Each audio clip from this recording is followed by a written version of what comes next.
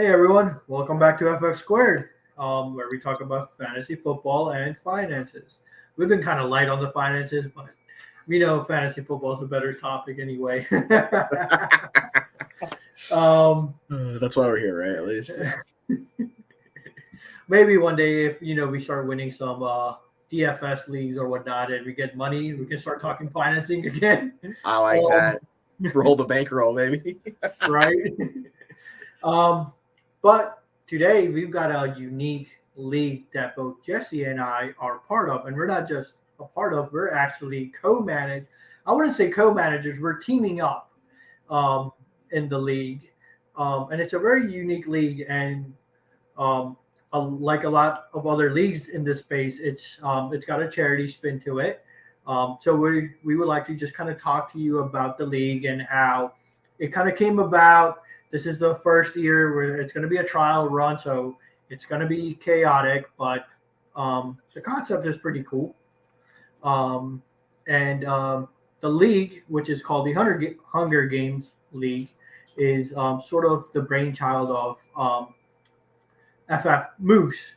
Mhm. Um, and He came up with this idea where a bunch of his league mates and him were talking about what if you could sort of collude with other league mates where you trade them players for their bye weeks or whatnot.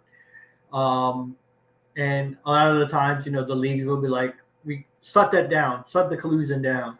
Then he's like, well, what if you just kind of made it a part of the league? So, Jesse, do you want to kind of explain on how this collusion works? Yeah. So, if you go on Twitter, you can find the Moose. He's anywhere. But here is the Google Doc for a sheet. It's called the Hunger Games Charity Tournament. He was talking about doing a charity tournament and with a Hunger Games twist, and I was like, I'm already in 20 plus leagues at this point. What would be wrong to join another one, right? So let's do it. Let's help it out because they were talking about the main cause is suicide prevention. It's very close to his heart. If you know the story on it, you can understand why he is so passionate about this topic. He did a long post not too long ago about it. If you want to do that, go check it out on Twitter. I don't want to take all your time with that story, but it was asking for basically alliances. It's similar to Hunger Games. And I said I'd do it. And he's like, do you want to find a partner? And I was like, sure. And it was a finance aspect of it. I was like, all right, I'm going to talk to Prue because he knows finance better than pretty much anybody, right? So with the donation, and I was like, hey, Prue, do you want to do this league or not? And I sent it to him, and he's like, oh, this is complicated. I was like, yes, it is. But it sounds very interesting. And as you can see here, it's 12 districts and 12 tributes, so 144 players, 6 pairs of allies. So basically, Prue and I are one group of allies in each league. So basically, there's 6 groups in each league. What you're trying to do is create the best combined record for your two teams. So you don't want to take one team and have one team be stacked. You want both teams to be very good.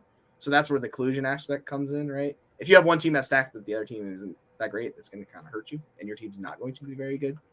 So we're in the middle of our draft, and it's kind of interesting because you need to basically, create these the best teams that you can. So we've done, I think we're in round, what are we in, like round 4? It's going slowly, Yeah, but we're at the getting end there. of the 4.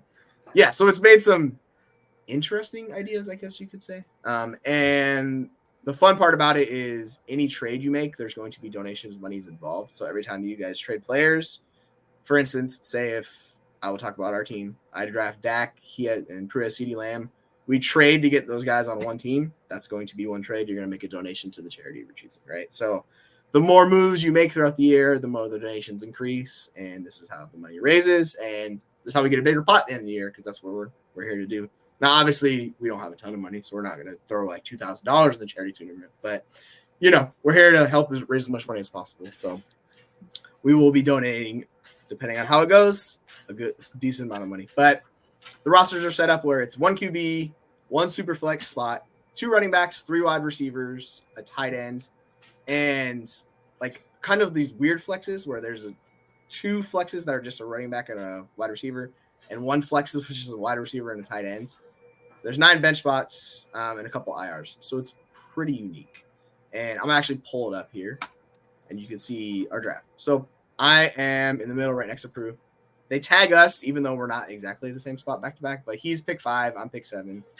And we've been colluding with our draft so far. So if our league mates are listening, we're cooked. You got us. It is what it is. but we've been planning each pick and kind of trying to get the best team around. Yeah, I don't think we're the only ones. Yeah, it's pretty clear. You can kind of see what some of these teams are doing, right? Where maybe they're reaching a little bit, which we did a bit. Obviously, I have Kelsey. I have no freaking need for Andrews, right? So it's just like, you know what, Prue, do you want Andrews? He's like, yeah. So I take Andrews, swap him with like Dak, and then I get the stack, and he gets Andrews. Or ideally, we wanted Geno actually in the 4th, but I had a feeling he was going to go, and he went because we were going to try to do some stacking later. But took Gibbs, and Prue took Goff, so that means he gets the Lions when I trade him Gibbs. I got Amon Ra. Yeah, so he's already got that stack, Oh, and yeah. then he gets the 3-headed monster. I trade him Gibbs, and it's just like wheels up Lions. So it is a bit risky. Obviously, if you're stacking to the element that we might be stacking, you could be just destroyed. It is supposed to be one of the better offenses in the NFL, so I'm not too worried about the Lions. And hopefully their defense is trash, so the offense still stays pretty good. But yeah, it's just it's fun because you don't ever have leagues that allow collusion like this, right? Like you don't get partners. Any ever league that I'm a part of, they're like, collusion? Are you out of your mind? No, you're immediately booted. Like you're not getting this league ever again. So it is like it's kind of flipped how I would view any draft. So we're more taking chances than we would normally would, I guess you could say. Yeah, and kind of going back to the allies and the collusion, like obviously any league allows trades, but in this case, if you have a bye week, I can easily trade Justin Herbert to Jesse to spruce him up for that week when he has Dak on bye or something like that. So now, like, you don't have to worry about bye weeks all of a sudden because you could move around people. Right. Yeah. There's going to be some bye weeks with stacking that we're going to need some help with those trades because whatever week it is, what is it? Week 7 for me and week 9 for you look like they're going to be very interesting out the gate. Right. So that's where the collusion part kind of comes in from. We had a set strategy going in where I was going to concentrate on a couple of positions and Jesse was, but then we kind of let stacking become our primary strategy. Yep. And I feel like we've gone too extreme and now we got to reel that back in a little bit. Yeah, we're basically targeting best like BPA from here, best player available, with some exceptions. Obviously, like you got to fit within the parameters of each team. So we're not just gonna draft like 9 straight wide receivers or anything bonkers like that. I mean, we could. It's just it would make these interesting teams. But yeah, I like how it's gone for us so far. It's a little risky. The thing is, there's also all these other leagues too, so it's not just the one league. You're gonna have to beat all these other leagues that they're in because those are 12 leagues. I'm not sure. Yeah, 12 leagues. Yeah, so the 144 total teams. Like it's not a small tournament, right? Yeah, and then the other thing is like, how Jesse pointed out that you just can't trade all your players to one team and have a stacked team take it all. The rule is both teams need to make the playoffs. Mm-hmm. So let's say you finished 6th, right? But you're not part of the top 5 as allies. You get booted out, and the 7th pot gets to go up if he or she are allies with one of the top 5 teams. So it's the record is based off of the combined score of each team. So that's going to be interesting. That's going to be very interesting. Yeah, I believe it's going to be. I think he's gonna an off sleeper. He's going to create a spreadsheet where our combined record ranks us within the division, and the top 3 get to move to the playoffs. Yeah, those familiar with the Warrior Bowl, that's what they do on their website. You'll keep track of points and stuff. So they will have that posted there just because it's such a big tournament. So it's similar to that strategy. Yep. So this is going to be very interesting, especially we see how the season goes. But that kind of brings us to stacking. Why is stacking important? And we know in basketball, it's garnered a lot of interest, especially in basketball. But why, Jesse, do you think in redraft, it's important aspect still? Well, it's if you narrow it down to just like an individual thought process, it's betting on your quarterback.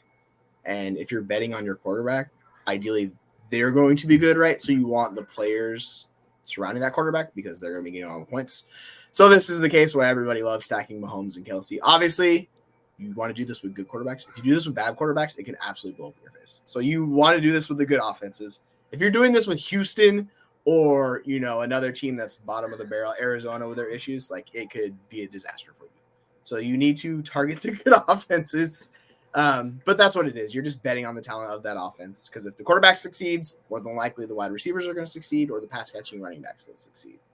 Now you can do these where it gets the correlation of the week 17 matchups that everybody talks about, right? With the run back of a running back and things like that, where Prue and I can kind of run this a little bit depending on the week.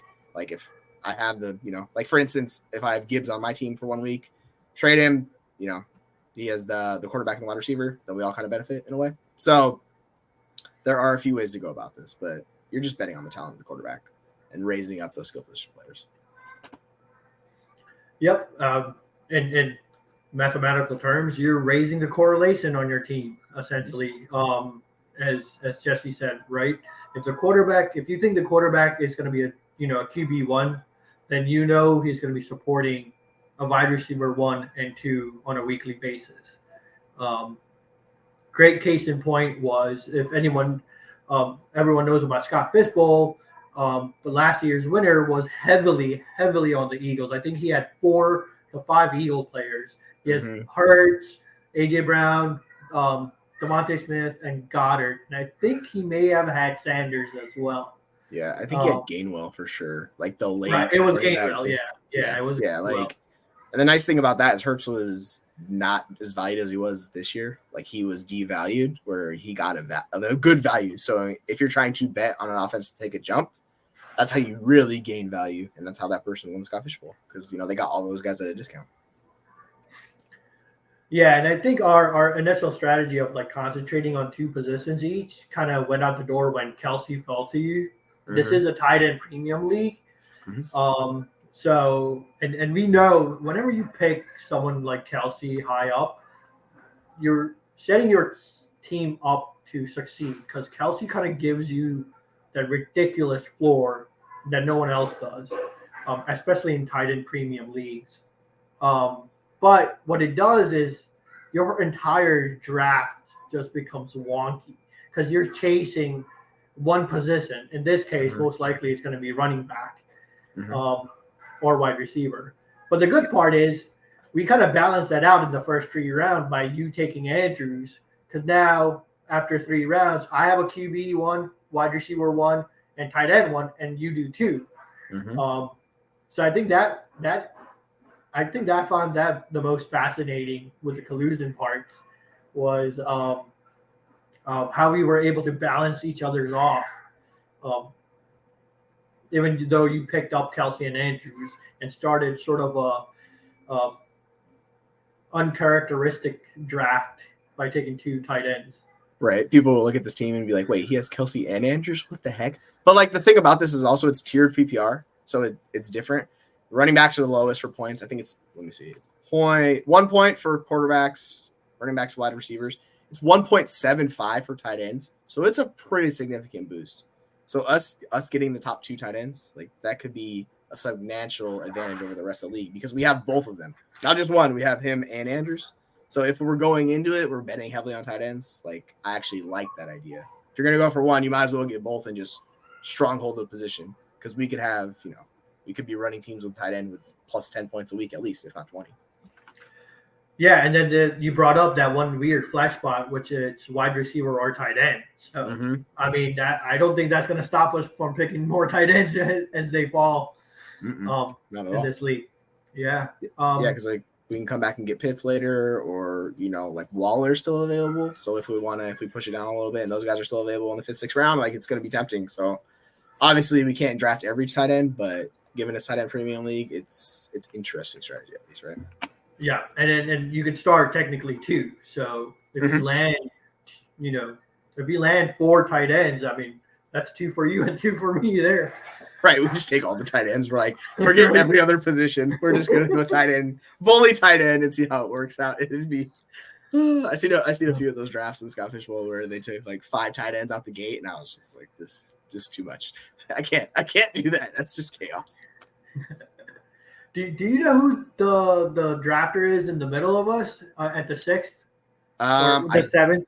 I don't know who they are. You're talking about Shard? Yeah. Yeah, I've never met them, so I have no idea who they are. We'd have to check on Twitter like what their username is, because I know the guy in the one spot, it's a little bit different, their username on Twitter. But I know Dynasty Griff, I know Nate, and I've talked to the Koala. Like I've talked to those 3. I know of like JJ, but I've never talked to him. So those 4 people I've at least had. JJ's my man. There you go. We met on the SFB 105 chat. He's a good guy. Awesome. Super smart. Yeah, I'm just interested in charge strategy. I wonder who his ally is, because he's kind of going. He got the wide receiver 1 and then running back heavy.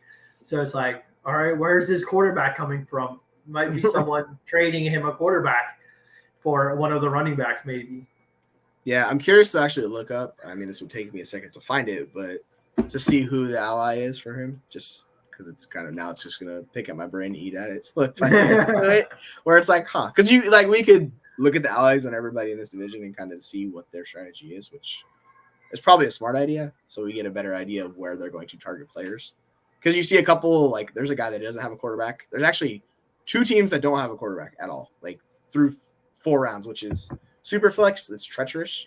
So their teammates, I'm guessing, there's nobody else besides you that has 3 quarterbacks right now. So it's just interesting to see. It's interesting. So his team ally is FF Koala. Oh, really? Yeah, I pulled up the tweet for our league, and I've got all the allies now. This is why our recordings, we aim for 20 minutes, and it goes to 40 minutes. Every time. We ask a question, and we got to look it up. Right, we're like, oh yeah, it'll be fine. We'll do 20 minutes, and then we get into the thick of it, and we're like, oh yeah, what about this? And it's like, yeah, we kind of fly by the seat of our pants sometimes here, so that is why it always goes longer. It is what it is.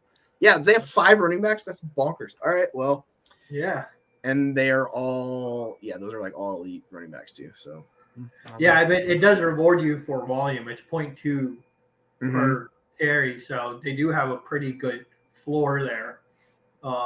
But it is super flex, so having 1 quarterback amongst 4 spots, they're gonna try to snag them late, but I don't know. I guess it's living by the sword, dying by the sword. I get it. Yeah. I honestly was tempted to take Henry. So if Andrews was not there at 3.6, I was probably gonna take Henry, or sorry, 3.7. But Henry went, and I was like, well, you know what? And you're like, what about Andrews? And I was like, heck yeah, let's. Like I told you before, I have Andrews on like every one of my freaking redraft teams. So of course it's like, oh yeah, Andrews again. Of course, why wouldn't I do this, right? Right. I'm a little bit out on Henry this year, just because he's approaching that 1,800 carry mark, and I'm just like, he's like, he could break 1,800 carries like in the 3rd week, and I'm like, I don't know if I want to rely on Henry. I get it. Like there's risk with him. There's significant risk. It's just he's gonna get volume, and if he gets that volume, he's gonna be good, especially in this format, right?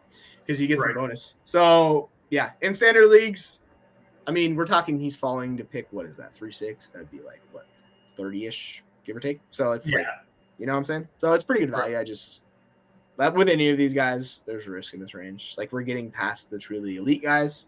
We're now getting into more of those guys that have more question marks about them. In pretty much in every position.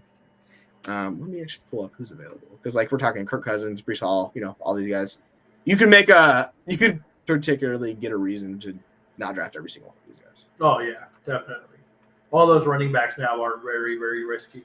Even Stevenson in New England is going to get some weeks where Elliott's going to vulture those touchdowns. Right. We got Breece, we don't know he's coming back. Walker doesn't catch passes. Aaron Jones doesn't see enough work. Well, Mixon's interesting. So yeah, we could talk about these guys. That's interesting with Stevenson, because I feel like Belichick didn't like the fact that Stevenson got so many carries inside the red zone and he didn't convert. So now Elliott is one of the best at converting red zone touches into touchdowns. Him and Pollard were like ranked really, really high. So the Cowboys had like 2 elite red zone running backs. Yeah, it's something he's been really good at like his entire career. I mean, it's no surprise he's one of the better running backs in the league for half a decade. He came down a little bit last year, but Pollard was still super, and it's Pollard's the most efficient running back in the league, so it makes sense that they're just racking up those touchdowns. Which, case in point, honestly, I'm pretty stoked about Dak. I know people are down on him, but I expect them to pass more and score more points offensively and through the passing game. So I expect to see closer to peak Dak than we have the last few years. So I think getting him where we got him was a good deal. Yeah, and I have Dak at in the Scott Fistball as well. Mm-hmm. And I just realized that if you had taken Tony Pollard instead of Andrews, we each would have had a 3-player team stack. If it wasn't tight end premium, I wanted to take Pollard. I took him in like whatever. I don't remember. I have like 5 leagues going on right now, drafts. But I took him in another league where I was like, yeah, I'm taking Tony Pollard here. Like, he's just too good. I love Tony Pollard. So yeah, it's freaking Jacob Sanderson has converted me into a Tony Pollard truther where I'm like, you know what, dude? I'm on board with you. I get it. It's funny. Like I saw Derek Brown of Fantasy Pros. Yeah, he's got Tony Pollard RB1, like literally RB1. Sheesh. I was like, man, people are bullish on Tony Pollard. So yeah, getting him. Where did he go? He went like. Where did Tony Pollard go on our draft? He went the FF Koala third. There we go. 11. Yeah, like that's just good value. And yeah, he's got Bijan and Pollard. Like that's just a nice deal. Like I like. Yeah. I didn't realize Pollard was there when I mentioned the Andrews pick to balance our team out. I feel like that's the one pick maybe we should have pivoted, but Andrews isn't a bad in tight end premium, right? Especially with that offense, the Ravens offense. It's gonna. If we're going by WARP and Andrews hits, like he's gonna be way more valuable. It's just if he hits, I don't know. There's question marks with him too. So. Yep, I like either one of those guys in that slot. You could have convinced me either one. I'd have been like, yeah, take them all. Yeah, whatever. Source for me. We'll do that. I think that's going to be interesting is like as we get into the middle rounds and you kind of get those muddy areas where you typically don't want the running back maybe, but we can like double tap at that point easily now. Mm-hmm. Yeah, and this – particularly in this like round 7-8 range, people are not as fond of the running backs, but I'm fine grabbing those guys in that range right there. Just locking up your lineup with those guys. I know it's some question marks, like I love myself James Cook. I don't have to talk about that anymore. But yeah, there's guys in that range where it's like if you like them, it's a good spot to take them, and they could be quote unquote league winners for you there. Because I think that's the other thing we need to look into now is disregarding ADP and reaching out around later. Because, I know when we get into, the 8th and 9th round, I'm going to be like, all right, I'm taking Singletary. I don't care if it's supposed to be in the 10th. Get your guy. Yeah. I took another guy who's a screaming value is Javonte. He's, way down there, too. So I like both of those guys at a discount. For some reason, he's healthier than Breece Hall. I don't know why. This doesn't make any sense, but, it works. So I think both of those guys, we can get all of them. I'm curious, where is Singletary's value? He's down a ways, I know. He's down way below. Yeah, he's 159. So we could probably get him in the Dutch round 11. I bet you we could probably snag him in there. And just, and this is what it's all about. It's charity. So it's get your guys. Why not enjoy your team? If it reaches a little bit, it's fine. It's not the end of the world. And I think sometimes this is a weakness for me. I stick to ADP too much.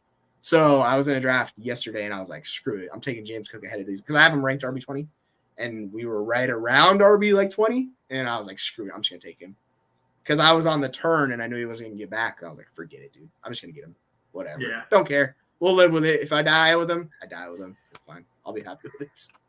You gotta do that sometimes. All right, here, let's do this interesting thing. I'm gonna tell you the allies, and you give me your input through the draft so far. Okay. So the first one's easy: Koala and Chard. Chihuahua. Oh, and this guy at 6. Yes. So they got Burrow, which is nice. They have not stacked freaking Burrow with anybody, so that's interesting. But yeah, it's just all these running backs. What the pick I don't like is Hawkinson, but I'm lower on Hawkinson, so that one bothers me. But I really like they're playing bully running back is what they're doing here, right? And they can mix and match these guys. The bye weeks are fine. There's only one overlapping bye week. It's Henry and Pollard in week 7. Besides that, they're pretty set. They've separated them really well. So I think they've done a good job if that's their strategy. They're just hoarding all the running backs. I just don't. I'm very curious why they went with Hawkinson there. Like that just doesn't make sense to my head. But I guess if you have them at tight end too, then yeah, you know. Well, how would you like rate these teams? I think, if their strategy is bully running back, they're definitely using it to their advantage, and they're gonna have a high floor. I feel like their detriment is gonna be super flex and wide receiver. So that's gonna be interesting how they play that out through the year. Yeah, like to go that strategy, you'd have to be very confident in the wide receivers in the later rounds, and I particularly am not. Like I much more am like get the elite wide receivers early and like grab a couple of those guys, but we haven't really done that strategy in this one ourselves either. So right, kind of talking out both sides of my mouth here, but yeah. Well, I mean, we do have our wide receiver ones at least, and we stack them, so that's beneficial. So. But to your point, we do need to start 3 wide receivers. I think that is the thing. So we may need to pivot soon. Yeah, like that's what I was talking about on the when we come back around. I think like wide receivers are better value than running back because we can get running backs we like later. Like if you get Keenan Allen, I think that's good value. I don't know if you're in on it, but like I said, Ridley or Debo would be totally fine with me. And then Allen is old, man. I know, but he's just so good, man. He just gets targets. Like I know, but like if you don't want Keenan Allen, we can get. I don't want to touch McLaurin. Like McLaurin, I freaking don't want that guy. But you can do Drake London or Jerry Jeudy or whoever, like wide receiver, like in that range. It's just I've seen it with McLaurin, and I don't trust his quarterback, so I'm like, no, like just let somebody else draft him. Was my thought process. Yeah, he's 31, and I'm worried that he declines. Yeah, there are a few of these guys. Like, and I got Kelsey, like the oldest important guy in the league. So it's like, well, might as well just go for it. But yeah, there is. Right. He definitely declined last year, but his production was absurd, even when he was not as good. So if he sees those targets, I don't think it's going to matter. It's just if he can stay healthy, I think it's a bigger question. Yeah. But yeah, I think we're in that sort of running back dead zone now. So let's see how this plays out, and hopefully teams are grabbing their super flex spots. Mm-hmm. Assuming they want quarterbacks in the super flex spots. There is that, like, you could go that strategy. If you look at the projections, there's not a significant advantage from the quarterbacks. Like, they do give you some value, but once you get past these guys, they start getting below 300 points. And if that's the case, then they're not really a significant advantage. Like, you can get real risky with Kyler, but you're talking about Stroud, Pickett, all these guys are projected like 280, right? And that's not a significant advantage. So it's kind of something to keep in mind. They're just the way the scoring set up in this league. Interesting. Not counting you because we had a strategy. Mm-hmm. There's still 6 teams with 1 quarterback or none. That's wild. Yeah. Like so who is Fantasy Frank's alliance, like their partner? Because I'm curious about that one. Because they don't have a single quarterback. They got 3 wide receivers out the gate and a running back. Their Twitter handle is JGUS1967. Huh. It's the guy on the left. It's the guy with Mahomes and Watson. Okay. That's the one. So technically they have 2 quarterbacks. Yeah, I wonder if they're going to trade each other. Like flip, basically Watson for. Well, yeah, there's no stack factor there, so yeah, I'm curious how they're gonna run that. Yeah, so I like how we're like comparing 2 teams together. Like, I feel like we're the most balanced so far. We could be. We might have a gaping hole at running back if we play this out long enough, but. Yeah, I don't know. Between Gibbs and we don't have another running back. No, yeah, we haven't got it yet. It's the thing. That's why I wanted to take Gibbs. I wanted like one of the elite running backs or guys I view could be the elite running backs. I was like, I want to get one of these dudes. It was him or Brees, and I'm just like, I don't want to deal with 5 weeks of just I don't know when he's gonna start, when he's gonna play. Yeah, I was actually gonna say let's take a running back instead of Goff because we still had like Stevenson and ETN there, and then we would have been balanced. But then you sold me on the whole triple line stack, and I'm like, all right, fine. let's just go in, baby. I was like, let's do Yeah. it. We already got 2 Lions, so when I picked him, I was like, I'll take him. You just get Goff. We'll just go all the way with this Lions and Cowboys. Just get offense. And yeah, I was like, we could go more balanced, but this is a more extreme version where if it hits, it's going to be better than, just Ramondre or Etienne, I would assume. So swing big, but you know me, I kind of like to do that all the time. All right. Well, I got their Twitter handle, so I don't know if that's going to help us at all. KF Baseball. I think that's K-Fan. Yeah, probably. And Sam Richards 777. Who the heck is that? Oh, right there. Okay, so they're the 2 and the 4. Oh. All right, so they got Allen and Jackson. They got some really good wide receivers, man. Like really, they got 3 elite wide receivers. 4 if Wilson takes the next step, man. Wow. No. Well, no, they got 3. Yeah. But I mean, so the thing is, you got JT in the 3rd. If he comes back, who knows what the heck's going on? Right. Like, I've been fading him, but getting him in the 3rd is just nice value. It's really, he's just too good of a talent, right? And then Etienne's risky. Like, I feel like he's a high floor play. I don't know his ceiling, but like it just balances their lineup. So right, I get it. Man, 2 players in the top 4. They got 2 slots in the top 4. That's insane. Yeah, they like shuffled it, worked out for them. So yeah, it makes sense to go I was surprised that Jackson went 4th. Honestly, like I thought Kelsey would go top 4 just because of it being tight end premium and what. So that kind of shifted our draft because you were talking about taking Lamar at 5 if he fell to you. Yeah.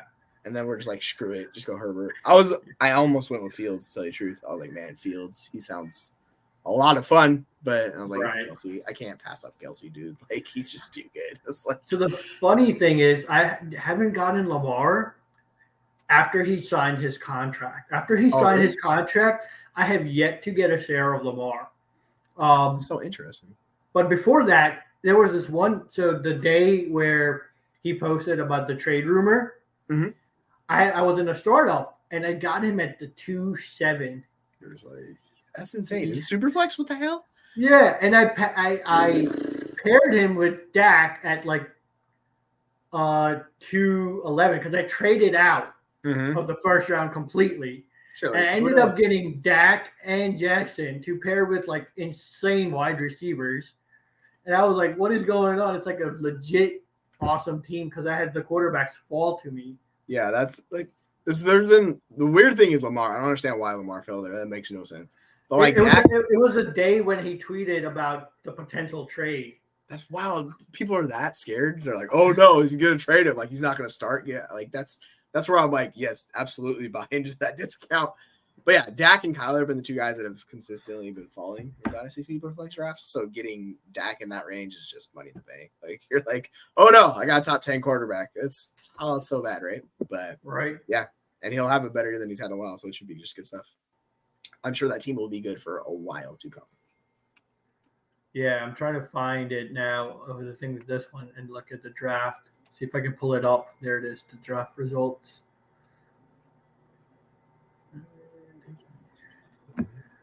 Let's see if I can share it. Oh, the screen share? Yeah, I'm sure. Yeah. There you go. Awesome. Screen share. But yeah, while you're doing that, I'm just looking at all the different teams and the rest of the builds. Nice. I think Nate getting Geno in the 3rd along with Olave and Cup is super nice.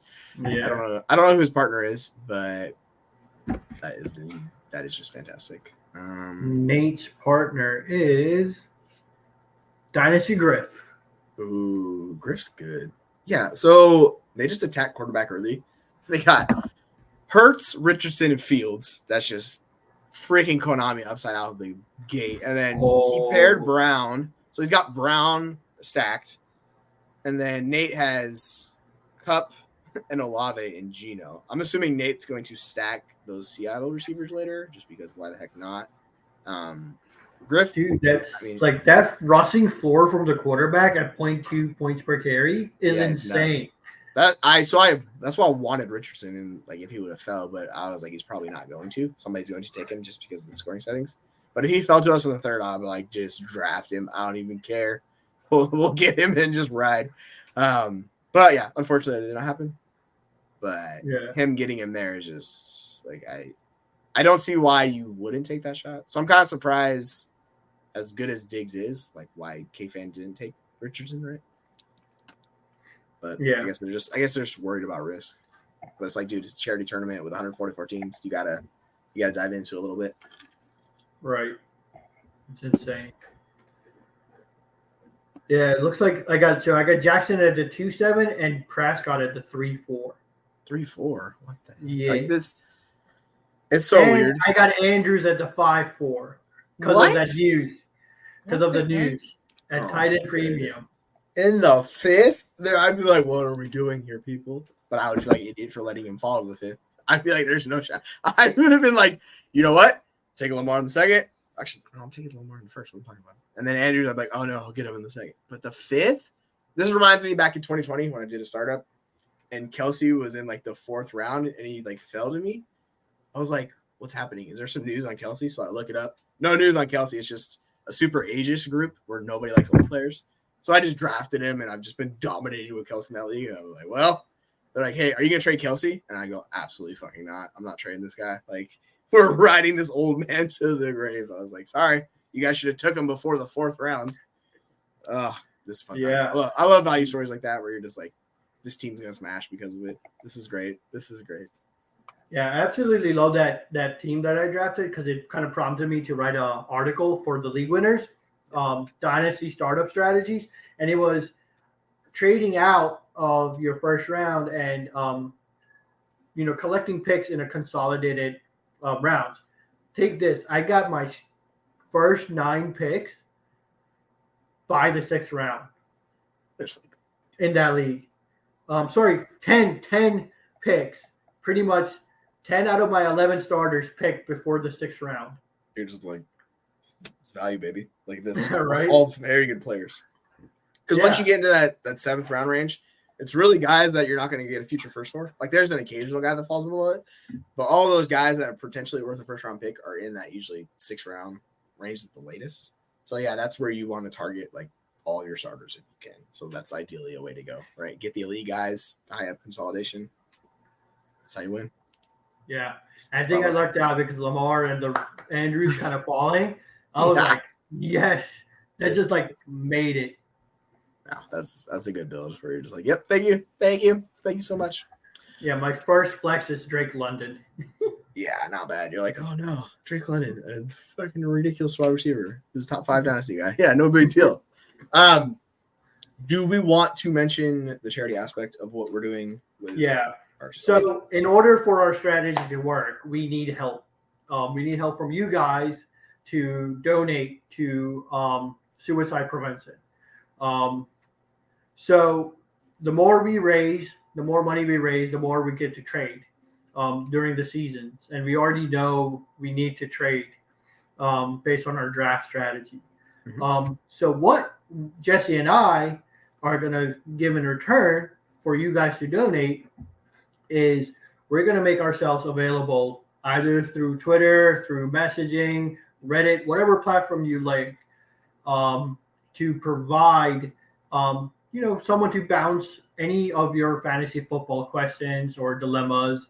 If you got your home league starting up here, coming here soon, we can help you, pick between 2 players during the season if you need help with waiver wire pickups or even trading. We'll give our unbiased opinions and use, our extensive fantasy football knowledge, or not knowledge, at least experience, yes. and help you in any way possible. And all we ask is you donate for a charity that, prevents suicide. And, it could be as small as $1, whatever amount. We just need whatever amount counts to the entire pool.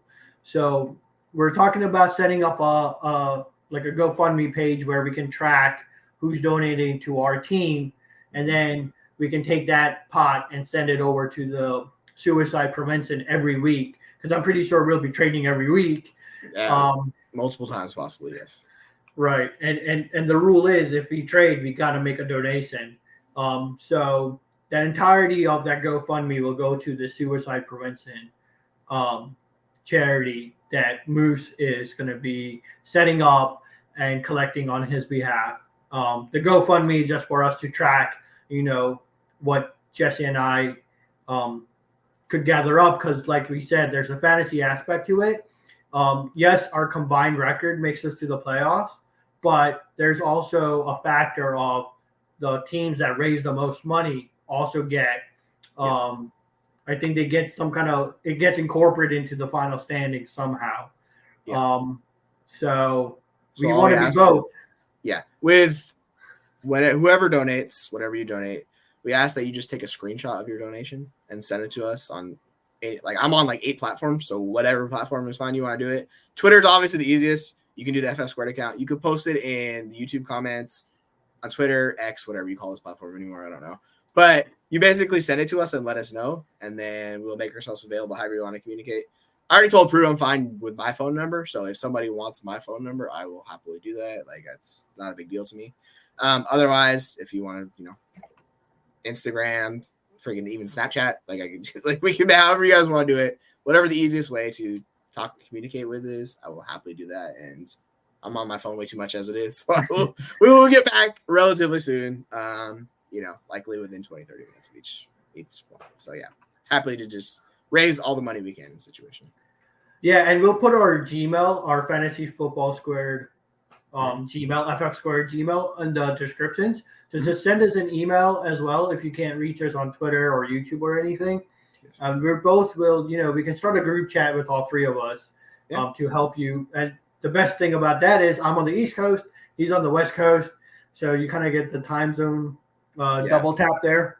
The early mornings are a little tough for me at West Coast, but anytime besides that, I'm up. So if it's 5 a.m. West Coast time, but after 10:30, I tend to decline my messaging rates. But that might change when football starts, as I'm watching the games later and later.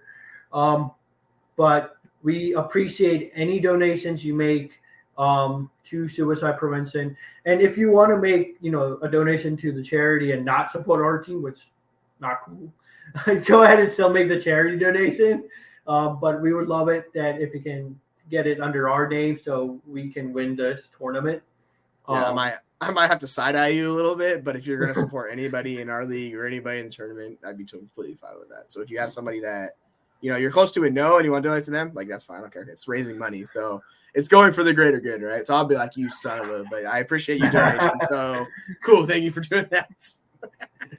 But so we'll have our email. I'll also put the GoFundMe or Fundly, whatever one I decide, link. And like I said, it is just to track what our pot is, because we are competing with other teams on raising money, and we would like to raise the most money, and we would like to have the best record as well. Absolutely. That's our goal. Help you out, and we ideally we win and get donations, and everybody's happy. So yeah, that's what we're shooting for. Awesome. Well, on that note, we'll wrap this up, but make sure you check us out, our work on Twitter and at the League Winners, and happy fantasy football season. Yeah. Take care, folks. This podcast is sponsored by The League Winners. Check them out at theleaguewinners.com.